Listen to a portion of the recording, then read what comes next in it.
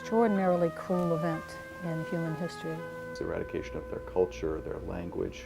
They got away with it. There were no consequences. There were no reparations paid to the Armenian people. Worst of all, no repentance by the perpetrator. Understanding what happened to the Armenians is important today.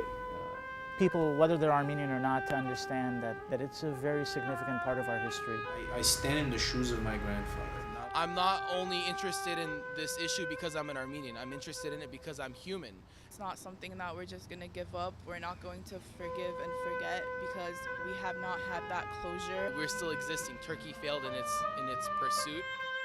So one of the things about the Armenian people, I think, is this DNA of hope.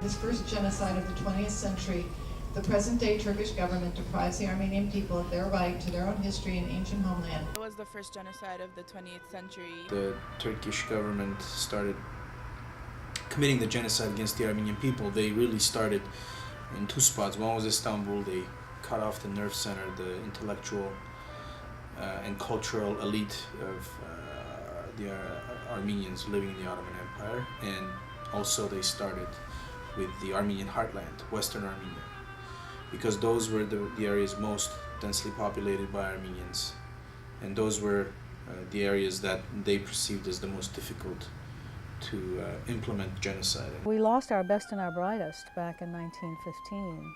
We also lost their gene pool. It has taken 100 years to reestablish the Armenian intelligentsia. The bottom line is, no one doubts that this was a genocide. There has been no justice, there has been no reparation, there has been, worst of all, no repentance by the perpetrator. And it's the predecessor to the Holocaust. It's what set the stage for the Holocaust. The Turkish government denies that a genocide even occurred. Turkey wants to make it seem like we're not telling both sides of the story. Basically, all the presidents in my adult lifetime have described the events which were the Armenian genocide in a lot of detail in their annual statements. I mean, they describe a classic genocide without using the word genocide. Why is our president saying that he's going to recognize it and then once he takes office, just rescinding on his promise? Candidate Barack Obama promised he would change that, promising in 2008, for instance, that he would use the G word, genocide, when talking about the slaughter of nearly 1.5 million Armenians at the hands of the Ottoman Empire a century ago, even if U.S. ally Turkey objected. Genocide is a legal term. It connotes things. It means that a crime has been committed for which there are actually remedies, legal remedies, that should follow. A lot of people outside of the Armenian race don't know that it happened. When people talk about 1.5 million people lost in the genocide, it's such a large number, it's hard to come to grips with exactly what that means and the enormity of that loss. Actually, we did lose a country. I mean, it's like Bulgaria does not exist. It's like Bulgaria became part of Turkey. That's what happened to Armenia. When you talk to an individual family and you hear about the parents and grandparents, the aunts and uncles that were all lost, it's a very different story. My mother was a conduit for me to tell the Armenian story. My family, like many of the others, after the death march incurred huge losses. I mean, many members died. A baby was born on the death march. The baby died, of course.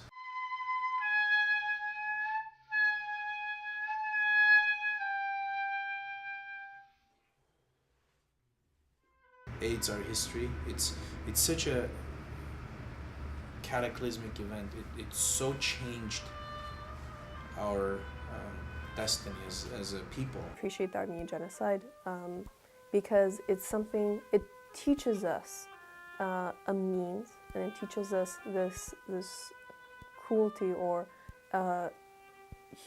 man's first inhumanity to man. Elie Wiesel describes genocide denial as a double killing, as really the final chapter of genocide is the denial. We want our lands back. We want reparations. We want the government of Turkey to stop putting its institutional power to erasing our cultural existence on that land, to stop renaming our monuments, tearing down our churches, destroying like the things that we spent thousands of years building on those lands. As we approach the 100th anniversary of the genocide, I think there's a real sense of urgency because there aren't many survivors left, and we really ought to do this while they're still with us. If a crime is not punished, then it gives way to that same crime repeating itself. For me, this element of humanity is what's really important. Understanding the injustices that have occurred to my people has helped me become more critical about the world around me. The humanity, that whatever Turkish government done to Armenian, it's not accepted as a human being. You know, there are so many magnificent things that people can do for humanity. And I would like to see the Armenian community involved in building humanity to a better place. The United States prides itself on human rights and all those things, and this is at the forefront of human rights. It's 1.5 million people killed because of their nationality. And it's helped me realize that if an injustice has happened to my people, we're not alone, that there are injustices happening every single day to different communities. So in a sense, it's helped me be more humanistic. I also think it's important for the United States to speak clearly about this. If we want to maintain our position of preeminence as a leader of human rights, then we need to speak clearly and unequivocally about genocide wherever and whenever it takes place.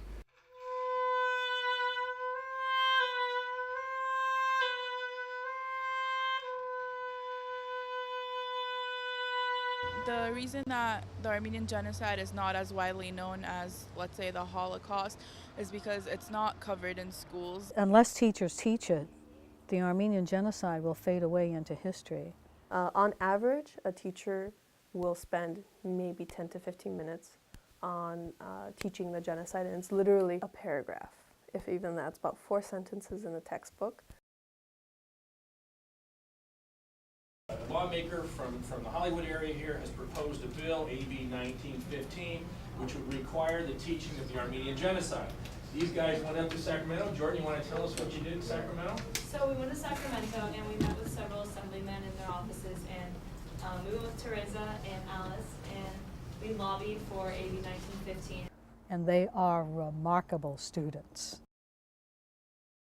To have anyone speak in a foreign language on the House floor, I don't think I've ever seen it done. I had to check with the parliamentarian to make sure that I could do it, let alone have someone speak in Armenian. And I wanted to grab people. This is the challenge on the House floor. There's so many issues, so many topics, speeches about just about everything. And I thought speaking in Armenian would grab my colleagues. Ցեզիգու խոսիմ լեզվովը այն երեքաներուն որոնք գացիլ մչոր գարեր սեն. And it did. They came up to me afterwards. I could see their puzzled expressions as I was speaking, wanting to know not only what was I saying, but what was I saying it in. And that gave me an opportunity to talk to them about the genocide.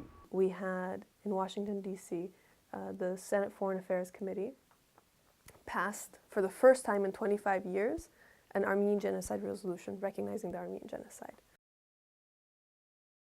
Like, as long as we exist, we're gonna be like a thorn in their side, like pushing for justice, because like we're never gonna let this issue die. And we're going to be going around the consulate. We know there's the Grove a mile away, there's Rodeo Drive a couple miles down.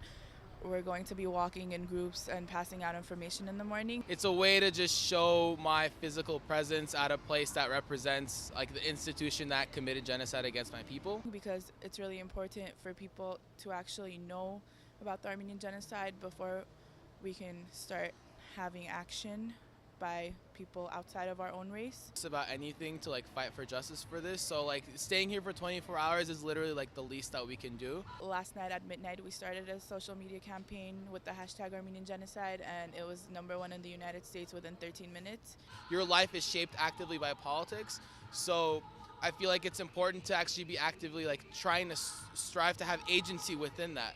And this is one way to like have that agency, to say like, I'm gonna do something with my body, with my time, to try and make a difference. 99 years later, we have still survived and we're still here, and we're celebrating our survival through music and art.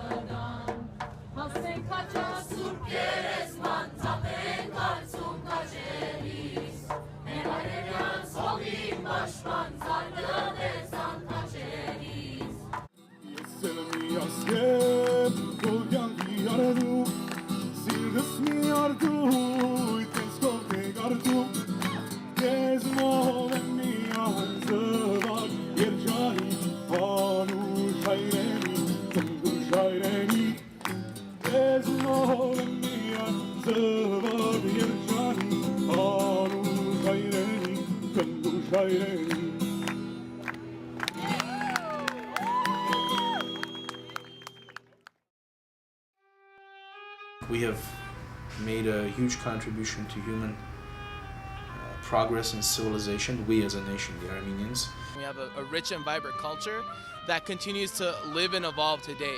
The brilliance of the Armenian people can just shoot in all directions.